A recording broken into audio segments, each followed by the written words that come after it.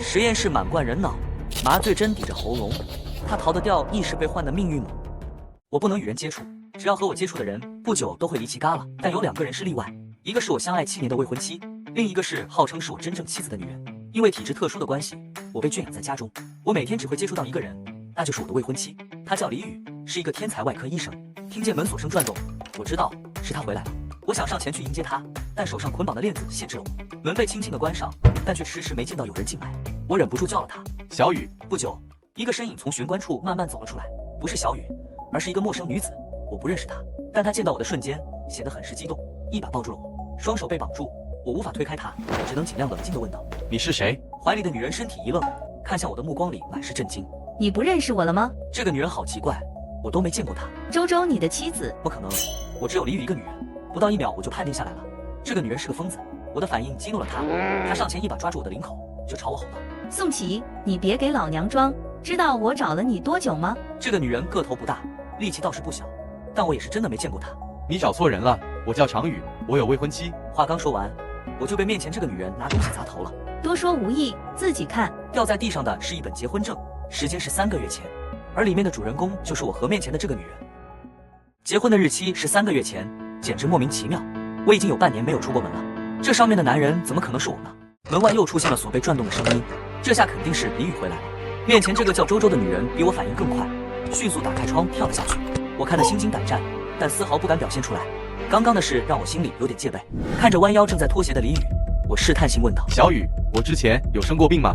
莫非我真的缺少一段记忆是我自己不知道的？虽然知道不可能，但我还是下意识的想问。没有，发生什么了吗？语气和反应都没有异样，但鞋柜里摆错位置的鞋子暴露了他。李雨在说谎。得出这个结论后，我悄然地将地上的一丝头发放进了口袋里。小雨，明天你休假，要不然带我出去走走吧。在洗手间的待了很长时间的李雨一直没出来，也没回话。过了好久，他出来了，直勾勾地看着我的眼睛说道：小雨，你今天好奇怪，家里是有人来过吗？他为什么会这么问？难道他知道家里可能会有人来找我吗？看着一脸冷漠朝我走来的李雨，我心里渐渐渗出寒意。没有，只是太久没呼吸新鲜空气了，感觉头疼。这个回答貌似让眼前的这个人安心下来。李雨蹲下将我的铁链解开，又回到了以前温柔的模样。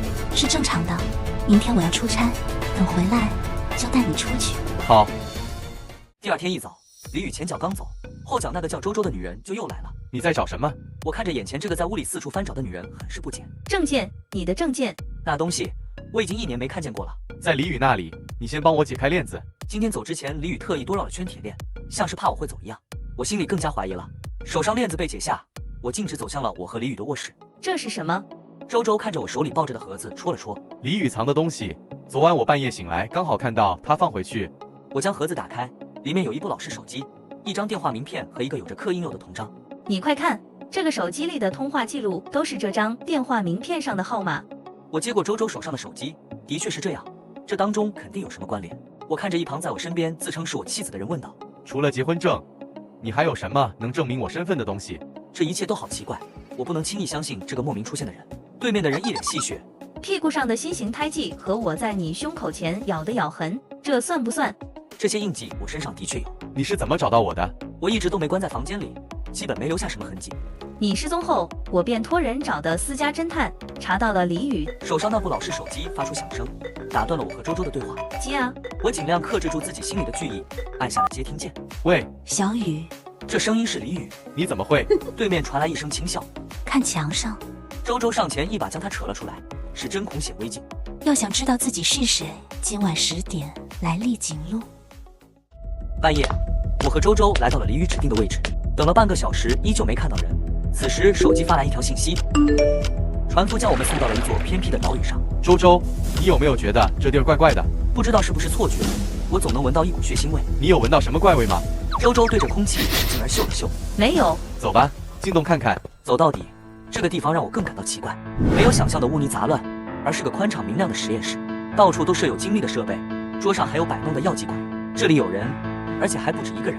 身后的人也带着同样的疑问：李雨怎么会在这种地方？我也好奇，和我日夜相处的女朋友怎么会在这种奇怪的地方？嘘，来人了！周周一把将我拽进了一个隔间，漆黑一片，果然有脚步声越来越近。你做得不错，多谢夸奖，你也是。这是李雨，貌似还有一个外国男人。随着对话消失，脚步声也越来越远。周周，他们好像走了。周周，见没人回话，我转过身，原来在我身后的周周消失了。我心下一沉，胡乱摸着墙壁，找到了灯光开光，见到眼前的场景，我呆滞在原地，僵硬的走不动道。这是一件巨大的储存室，有着无数个容器，而容器里面装的是大脑，人体大脑。每个容器都有对应的编号和姓名，像极了标本。一瞬间，我全身都被吓得发出冷汗。我冒着胆子搜索了每个角落，都没有发现周周。他就像凭空蒸发了一样，他和李宇一样，都很奇怪。我看着面前这些容器，潜意识告诉我，我来了一个不该来的地方。顺着这些编号一个一个查看，我发现了很多熟悉的名字，这些都是与我接触过的人，也是李宇将我囚禁的缘由。莫非这些人都被李宇嘎了？这个念头一出现，我便立刻否决了，这和我记忆中的他对不上。正当我苦恼下一步该怎么做时，我意外发现了一个通道，它的位置极其隐蔽，但明显与四周墙壁的颜色不一样。我顺着通道来到另一间屋子，是一个手术室，手术床上好像躺着一个女人。我走上前，这女人竟然是周周。我一脸惊恐地看着病床上的那个人，正是刚刚消失的周周。他怎么会在这里，还一动不动地躺在手术台上？小雨，身后突然出现的声音让我全身发麻，我发颤地转过身去。李宇，你到底是谁？我又是谁？眼前的这个女人显然刚完成一场手术，她的双手还残留着血迹。你是常宇，是我的爱人。我显然是不信的，但我的记忆却和李宇说的是一样的。那他为什么说我是宋琦，是他的老公？李宇顺着我手指的方向看了一眼病床上的人，轻笑道：他糊涂了，不过等会他就清醒了，你可以站在这儿等一会儿，一会儿就好。和李宇说的一样，周周很快就醒了，但却变了一个人。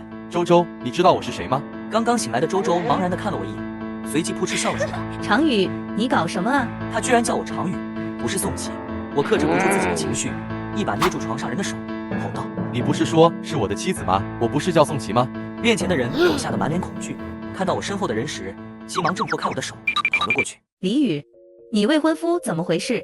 我一脸失神地看着眼前的这一幕，那么讨厌李宇的一个人，却躲在他的身后寻求保护。李宇转手将周周送出了手术室，周周一点没有反抗，很顺从。回来后的李宇一脸从容淡定。常宇，我说了吧，他之前是糊涂了。察觉到那抹得意的笑，我快速冷静了下来。你对他做了什么？周周突然失踪，躺在病床上，这中间肯定发生了我不知道的事。我对他做了什么？我能对我的好朋友做什么呢？好朋友，一个人突然就变了个样，以前的什么都不记得，难道你给他换了大脑？这话说出来我也没有把握，但这些奇怪的事让我联想到了那一储存室的大脑容器，不可能一切都那么巧。李宇先是愣了一下，然后低声笑了笑。我没你想的那么厉害，不过你猜的差不多。这种匪夷所思的事情是真的存在。所以我的大脑是怎么回事？你对我做了什么？如果我是宋琦，但用的是常宇的脑子，那么一切都解释得通了。宋琦，没想到你还是有点聪明的嘛。看来我未婚夫的脑子还是挺够用的。果然是他对我做了什么，我忍不住攥紧了拳头，被人玩弄一番，心中怒气沸腾。但常宇对李宇的爱意让我发不了任何脾气。为什么要这么做？李宇像是想起了什么，明明很悲伤，嘴角却还是带着笑。因为我爱他，我不能没有他。我心下一沉，他这话是什么意思？还没想好，我便感觉身体开始发麻，头变得越来越沉重，眼神模糊地看着李宇戴上口罩，身影恍惚。在我的意识消散之前，我意识到空气里有麻醉剂。咦，你确定就是他吗？他是最好的人选。这声音不是刚刚在实验室里的那个外国男人吗？他在和李宇说什么却不确定的。我想睁开眼看，但眼皮太沉重了，身体也完全使不上劲。是，他醒了。我感觉有人向我走了过来，用仪器对我做了检查。随即李宇的声音在我耳边响起：宋琦，你现在应该有意识。接下来我们要做意识转换手术了，只会打少量的麻醉剂，你忍忍。意识转换手术是什么东西？不管是什么，做手术哪有不给人打麻药的？我用力想起身，但根本动弹不了，只能心情躁乱地听着周围的动静。不行，我得起来，不能被任由的掌控。 Stop！ 他的大脑精神明显受到刺激，不能进行第二次手术。强行植入会损坏部分记忆。过了很久，我才感觉旁边的人缓慢放下了手术刀。呼，得救了！求生意志还是管用的。果然，我之前已经换过一次了，那现在为什么还要换？应该是上次手术的记忆转化不完整。麻醉效用过后，我渐渐地清醒了过来，一睁眼就看到了李宇站在我床前。醒了？知道他还要给我做手术，我打心底里对他亲近不起来。就算有常宇和他曾经美好的记忆存在，不过常宇既然嘎了，为什么我没有他死前的记忆？而且他看起来很在意这个事情。你不是爱你的未婚夫吗？那为什么还要换一次？是因为我看破了你的伎俩。李宇仿佛没听到我的问题一样，自顾自地看着手上的 CT 扫片。真可惜，怎样才能让你自愿手术呢？这女人真是疯了，当真是痴人说梦，怎么可能会有人愿意自愿失去自我意识，嫁接别人的意识到自己身体里呢？见我一脸嘲讽不回话，李宇也不介意，平静地说道：你可以不在意你的妻子，但应该想一想你的父母和孩子吧。他这是什么意思？想拿家人来威胁我？我现在根本一点记忆都没有，不能信他。李宇可能看出了我的疑惑，给，你可以先看看，再做决定。我接过李宇递来的平板和化验单，见我看完，李宇拿起平板起身走，关门时轻声说道：明天早上8点开始手术，要是还不成功，他们都得死。我知道李宇没有开玩笑，他真的能做得出来。虽然没有宋琦的记忆，但刚才看到的那几张全家福，我犹豫了。还有手上的这张检验单，我不禁用力捏住。原来周周怀孕了4个多月。决定了。李宇拿着麻醉针，再次向我确认。别伤害他们。我还是选择了站在宋琦立场，虽然没有记忆，对他们也没有任何感情，但心里的那份责任没有消失。或许这也是常语的。正当麻醉针快接触到我时，周周一脸慌张地冲了进来。我以为他得知了真相，是来救我的。然而他看了一眼手术台上的我，转而对李宇焦急地说道：宇，他们派人来了，我们快走。我心中疑惑，到底是谁来了，让李宇露出这么恐惧的眼神？快走，不走会嘎。李宇连忙将我拉下手术台，往床底一按，出现了一个密道，有人冲了进来，手持机枪。没等我看清，李宇和周周便一把将我推进了密道。好险，宇，你没事吧？周周焦急地看着李宇，满是担心。我没事，快走。我一路没出声，跟着他们往前走，但心底的疑问却越来越大。这是一条水路，而且我闻到了和刚上岸时一样的味道，好浓的血腥味。李宇蹲着看了眼时间，有点气喘地说道：我们就在这里等一会儿，下一批运输船马上就到了。我半蹲着没说话，也不敢动，身后抵着我的那把枪，让我心里的那个答案更加明确了。来了，等我去解决。没出几下，李宇就把船上的人摆平了，武力值完全不该是一个医生该有的。下船前，我悄悄地解开其中一个麻袋来看，看到的瞬间，我犯恶心了，没忍住吐了出来。是被掏空内脏的人，而船上有上百个这样的麻袋。一旁的周周一脸不屑地看着我的动作，自讨苦吃。看到周周这样，我更加肯定了心中的那个想法。没有回到之前的地方，李宇将我们带到了一个地下室。进来坐了一会儿，我便判定出了这个地下室经常有人住，而且住的人是2个女性。周周自然地坐在沙发上，李宇忙着打开电脑查看4周监控。这样的动作太自然了，是长期相处才能形成的氛围。看着李宇的背影，我终于问出了我一路上都有的疑问：你和周周是一起的吧？对，我以为李宇会狡辩或者继续隐瞒下来，这样直接承认让我走。你们到底有什么目的？而我到底是谁？接连几日发生的事情，将我原有的思绪又打乱了。这些绝不是偶然，更像是一个早就布好的局。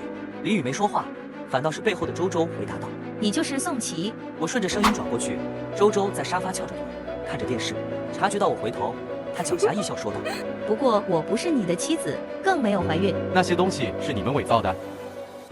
周周脸上带着一丝神秘的微笑，他的眼神中透露出一种轻松和解脱，仿佛在无声地告诉我，这一切终于结束了。我站在那里，心中充满了复杂的情绪，但最强烈的是愤怒和被欺骗的感觉。我竭力克制着自己的怒火，声音低沉而坚定地说道：你们为什么不直接把我迷晕了带过去，反而是费尽心机演上这么一出戏？周周看着我，眼神中闪过一丝狡黠，他回答道：如果不是说我怀孕了，你会主动要求做手术吗？他的声音中带着一丝挑衅，似乎在挑战我的理智和情感。这时，一直坐在角落里的李宇开了口，他的声音异常低沉，仿佛从遥远的地方传来。他缓缓地说：我以前确实是医生，不过现在是通缉犯。这句话像是一记重锤，敲击在我的心上。原来他并没有在医院上班，这些都是幌子，是精心编织的谎言。李宇继续解释道：到处都是监控，我不能露面，也不能打草惊蛇。况且有人和你主动坐船，警察也不会那么快查到我头上。他的声音中带着一丝无奈和坚定，仿佛在讲述一个不得不为之的计划。原来这就是一场提早就精心布好的局，他们想要掩人耳目，争取时间，让一切看起来自然，不引起任何怀疑。我站在那里，心中开始慢慢理清这一切的来龙去脉。不对，还是有漏洞。那些拿着机枪的人和船上的尸体又是怎么一回事呢？这一切似乎并不像表面上看起来那么简单。我开始怀疑，这一切背后是否还有更大的阴谋在酝酿？刚才冲进来的人和船上的尸体是怎么回事？刚才那一幕幕惊心动魄的场景仍然历历在目。那些人如同幽灵一般突然闯入，动作迅速而果断，他们的眼神中透露出一种冷酷无情。而那些被遗弃在甲板上的尸体，每一个都显得异常诡异。他们的胸腔被掏空，仿佛是某种实验的牺牲品。我的思绪不禁飘向了那些关于非法人体实验的传闻。难道这些人真的卷入了某种不可告人的秘密之中？这你不用管，只需要等着就行。不过我警告你，不要想逃走，枪子儿可不长眼。李宇的话语中带着不容置疑的冷酷，我感到一阵寒意。我知道这两个人已经嘎了许多人，我的生死在他们眼中似乎微不足道。李宇的目的是交换意识，这一点我已经有所了解，但为何在有机会完成交换时，他却选择了带我离开？这让我不禁怀疑自己身上是否隐藏着某种连我自己都不知道的秘密。他们两个人同时拿着枪往我头上指，这架势还是不要轻举妄动，杀了这么多人也不差我一个。李宇一心就是为了交换意识，刚刚明明有机会，却把我带走了。看来我身上还是有我没发觉到的秘密。还有就是刚刚那些冲进来的人，我慌乱中瞥了一眼，他们的胸前都带有铜章，和李宇盒子里面那个徽章的材质一样。不过一个是 S， 一个是 C， 难道这又有什么特殊的含义吗？所以你们到底需要我做什么？非我不可吗？我试图从李宇和周周的反应中寻找线索，我迫切地想要了解自己为何会成为他们计划中不可或缺的一部分。我深知，如果自己能够掌握更多的信息，或许就能找到逃脱的机会，或者至少能够更好地保护自己。非你不可。李宇的回答简短而坚定，他的眼神中透露出一丝不容置疑的坚决。还没轮到你知道的时候，别再问了，我没有小雨那么有耐心。一连几天，我都被困在这个狭小的空间里。周周像一只警觉的猎犬，时刻不离地监视着我。李宇则显得异常忙碌，早出晚归，行动谨慎，仿佛在进行着什么秘密的计划。我观察了几天，发现周周是个急性子，没有李宇那么谨慎。这天，趁着李宇不在，我便想套着周周的话。周周，你和李宇认识多久了？周周看都没看我一眼，我自顾自地继续说。你们平时都在那个实验室里做手术吗？那这常宇是怎么死的？你知道吗？一直没反应的周周，瞬间听到这后半句话就来了气。闭嘴，再问毙了你！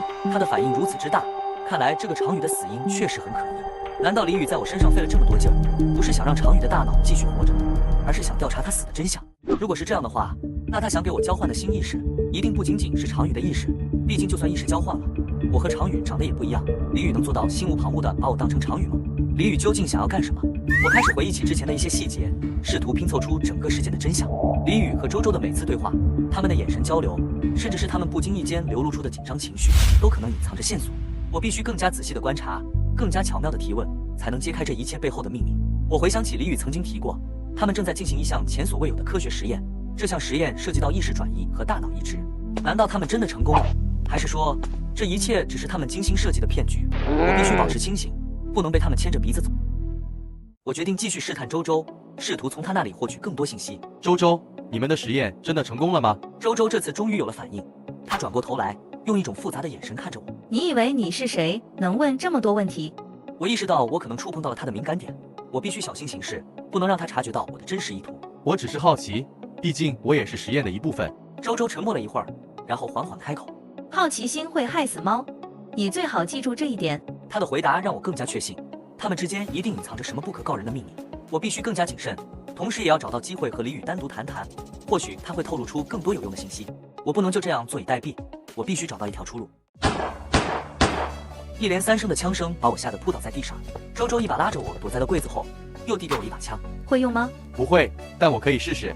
你解决左边的，剩下2个交给我。我不想嘎人，把人交出来，我放你走。痴心妄想！我一枪打到了左边壮汉，周周则一个人拖住另外2个，他回头冲我喊道：“快走！”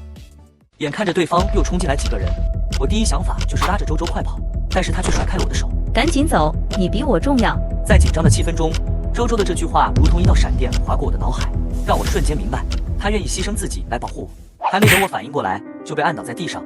周周站起身想要救我，只见新冲进来的几个壮汉对着周周就是3枪。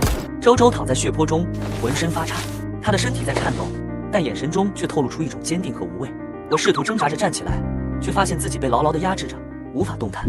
我又被带到了那座岛上，但这次不是实验室，而是一个大厅，设施极其奢华，想来住在这里的人身份一定不简单。大厅里响起一道年迈苍老的嗓音：“这就是那个宋琦。”我连忙转头，是一个身着白色西装的老头，白发苍苍，此刻正在用眼神上下打量着我，而他身边还有人，被绑着的李宇。隔日安排手术吧。你觉得呢，李医生？手术又是什么手术？我心中充满了疑惑和不安。李宇被绑在一旁，他的眼神中透露出一丝无奈和焦虑。我试图从他的表情中寻找答案，但他的沉默让我更加不安。老人的声音再次响起，带着一种不容置疑的威严。你们两个都给我听好了，这个手术对你们来说至关重要。我环顾四周，这个大厅装饰的富丽堂皇，每一处细节都透露出权力和财富的象征。我开始怀疑，我们是否卷入了一场更大的阴谋之中。老人的话语中似乎隐藏着更多的秘密，而我和李宇的命运似乎已经不再掌握在我们自己手中。我和李宇被绑在冰冷的金属椅子上，我们的手腕和脚踝被粗糙的绳索勒得生疼。房间的灯光昏暗，只有角落里的一盏台灯发出微弱的光，投射出我们紧张而恐惧的影子。老人坐在一旁的沙发上，他的脸上带着一种令人不安的微笑，仿佛一切都在他的掌控之中。李宇听到老人的话后，情绪彻底失控，他的眼神中充满了愤怒和绝望，声音几乎是在尖叫。你别想打他的主意。他的声音在空旷的房间里回荡，显得格外凄厉。老人虚情假意地笑了笑，他的嗓音低沉而带着一种无形的压迫感，仿佛每一个字都充满了威胁。李医生，听说你有个孩子是你死去的未婚夫的，小家伙长得很可爱。他的话语中透露出一种令人不寒而栗的恶意，这人明显是要用孩子来压榨李宇的意志。果然，李宇听到这话后立即安静了下来，他的眼眶变得渗人的红，声音满是沙哑，仿佛每一句话都是从喉咙深处挤出来的。别伤害他，我做。他的声音中充满了无奈和痛苦。我稀里糊涂地躺在手术室的手术台上，心中充满了困惑和不安。这会儿怎么又不用我自愿了？怎么这手术又能说做就做了呢？我现在可是极其的不情愿啊！我的思绪在混乱中挣扎，试图理解眼前发生的一切。李宇，我现在不是自愿的，你不说必须得我自愿吗？我紧紧地盯着李宇，试图从他的眼神中找到答案。李宇没有立即回应，他只是机械地轻点着手术用具，仿佛在通过这种重复的动作来平复自己的情绪。过了好一会儿，他才缓缓开口，声音中带着一种难以言喻的沉重。周周死了吗？他的声音低沉，充满了不确定和恐惧，仿佛害怕听到答案。房间里的灯光昏暗，只有手术台上的灯光显得格外刺眼。我的思绪飘到了那个在血泊中死不瞑目的脸庞，那张脸庞似乎在无声地诉说着什么。周周死了。李宇的手突然停了下来，他手中的手术钳子悬在半空，似乎在思考着什么。他的脸上闪过一丝复杂的情绪，然后陷入了沉默。刚才那个老头是谁？那个老头的面容看起来和蔼可亲，但他的眼神中却透露出一种令人不寒而栗的冷酷。直觉告诉我，这个老头绝非善类。这个组织的头。组织？什么组织？人体实验组织？我的内心掀起了惊涛骇浪。李宇的回答证实了我之前关于船上那些尸体的猜想，他们是一群有组织的犯罪团伙，而李宇只是其中的一员，负责解剖工作。我感到一阵寒意，我意识到自己可能卷入了一场巨大的阴谋之中。李宇抬起头，用一种复杂的眼神看了我一眼，然后缓缓说道：和你想的一样，他们就是做这个买卖的组织，我也算他的手下，负责解剖。他们需要精湛的解剖技术，而我刚好合适。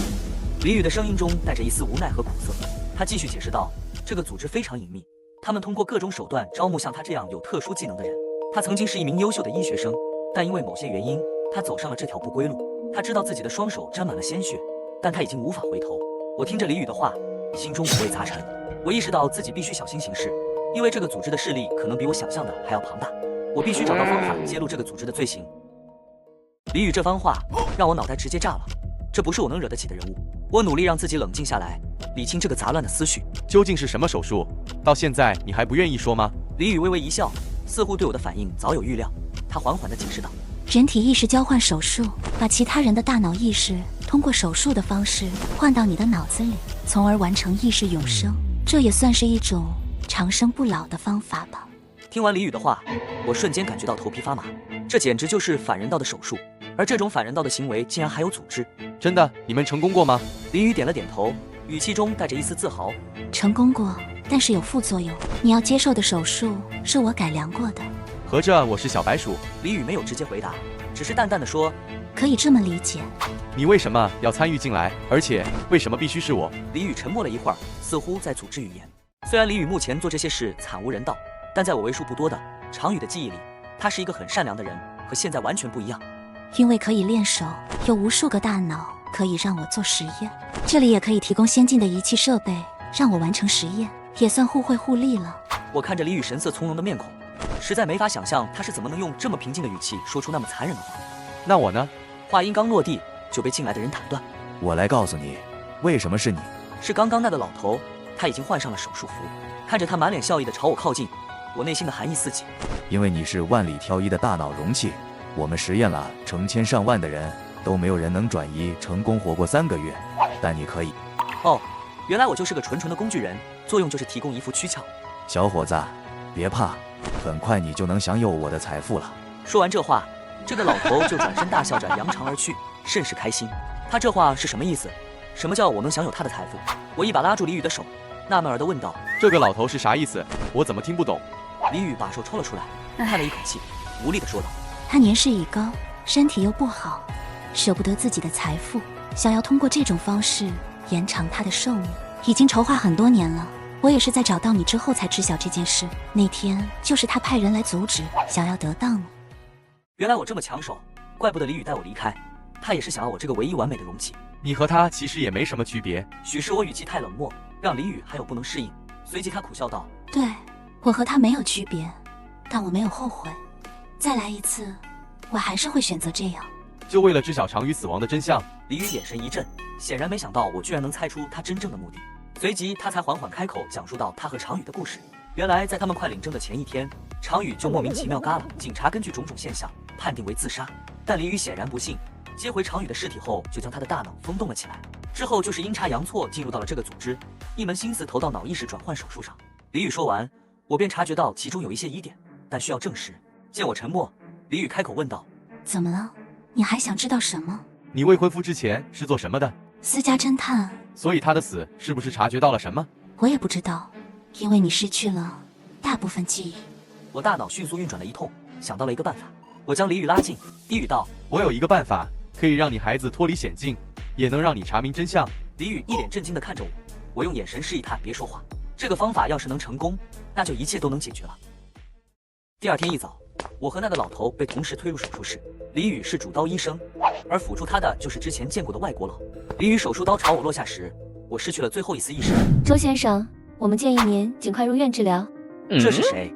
我模糊地看着眼前这个穿着白大褂的医生。我不是在手术吗？怎么会在这里？我想开口说话，但发现自己怎么也张不开嘴。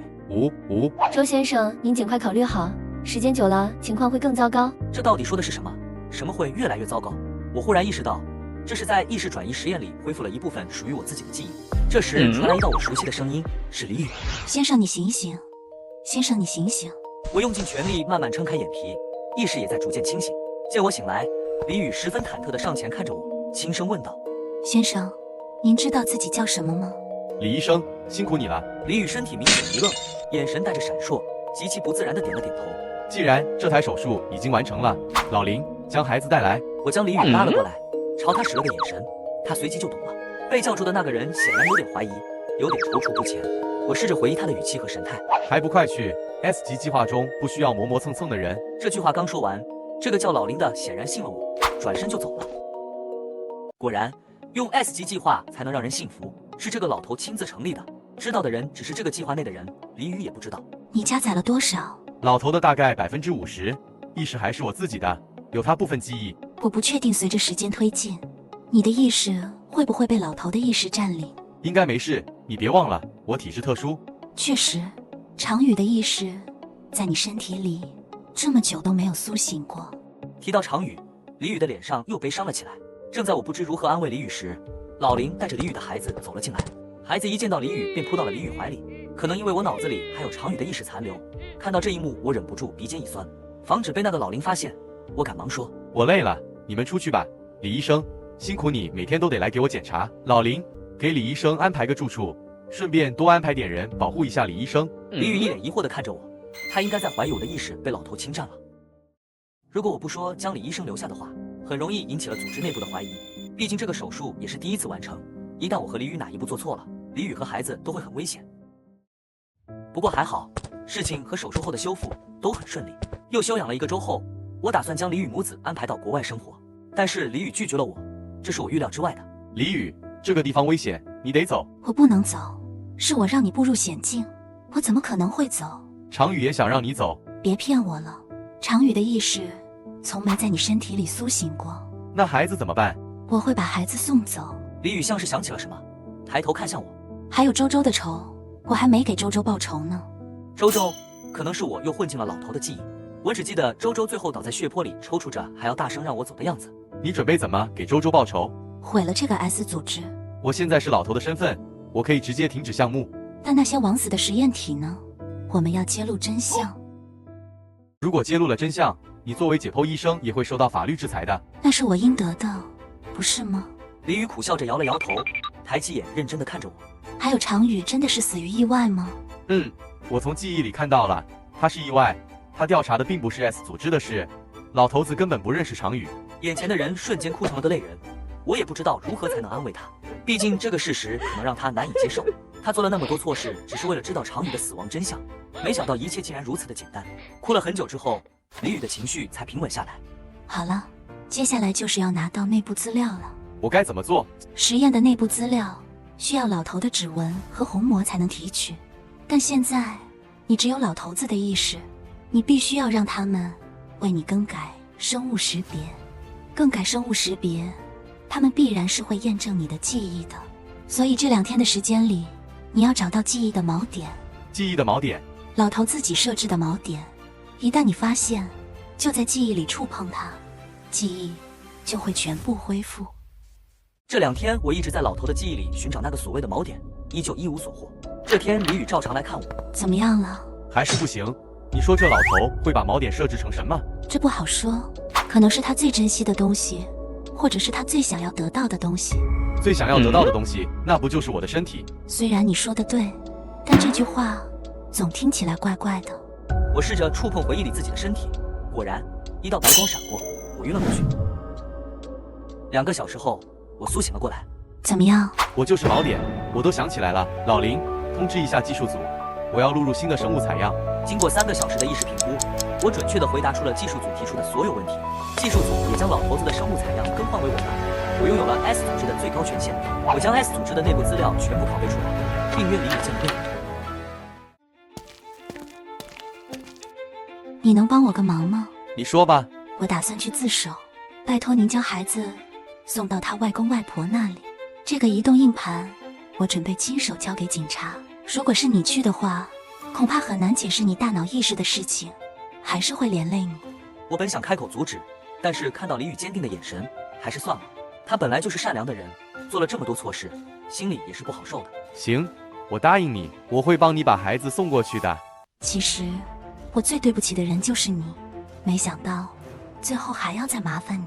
我也不知道为什么你拜托我，我就想答应，可能是脑子里常宇的意识在作祟吧。李宇知道我是在安慰他，但还是低头笑了笑。李宇去自首了，判了无期。我也将孩子送到了他的外公外婆身边。李宇上交的移动硬盘里是我拷贝的关于 S 组织近5年的机密资料，里面交代了这个组织发生的所有事情和秘籍基地。警察全力出警，一举将这个组织一网打尽。走在熙熙攘攘的大街上，心中却充满了不安和迷茫。我回想起那个可怕的夜晚，组织被全数抓捕，而我却因为一张不在组织内部资料中的脸，意外地活了下来。李宇当时确实与他们一起做了那个风险极高的手术，但却是2个独立意识的合成手术。这个手术李宇从未尝试过，我们只是在赌一个未知的未来。幸运的是，我和李宇赌赢了。我现在同时拥有2个人的记忆。医生的声音在常宇的耳边回响：“周先生，我们建议您尽快入院治疗。”这是我在手术过程中恢复的一部分，属于我，也就是周琦的记忆。在一切尘埃落定后，我凭借着记忆中的那个地址，来到了一家医院。那是一家专门治疗精神疾病的医院。我找到了当时在手术后醒来前看到的那位医生，医生一眼就认出了我。医生关切地问道：“周先生，上次和您说了之后，这么长时间了，病情有没有出现恶化？”我看着眼前的这位医生，心中充满疑惑。我完全不记得自己有什么病。我是有什么病吗？对面的人看着我一愣，摇了摇头，递给了我一份就诊报告。我接过报告，目光落在上面的诊断结果上。癔症。我一脸震惊地看着手上这份精神分析报告，手指不住地发抖。对，周先生，经诊断您患有重度的被迫害妄想症和癔症。当时您就诊时就已经出现明显的记忆缺失和大脑混乱状况。他说的这些我完全不记得了，这到底怎么回事？我脑部动过手术，会不会已经痊愈了？面前的人见我情绪激动，过了一会儿才开口：“那要先做检查才能判定。”我坐在门外，不安地等待着脑部 CT 结果和精神判断结果。周先生，您的检查结果并没有显示出您的脑部曾动过手术。根据您的测体分析，您现在依旧是重度精神病患者。这怎么可能？李宇明明给我动过2次脑部手术，怎么会没有痕迹呢？我连忙上前，急切地想向医生解释。医生，我动过手术，是李宇，那个天才外科医生。面前的人有点不解道：李宇是谁？我们没有听过啊。李宇就是。不对，李宇是谁？我为什么会说这个名字？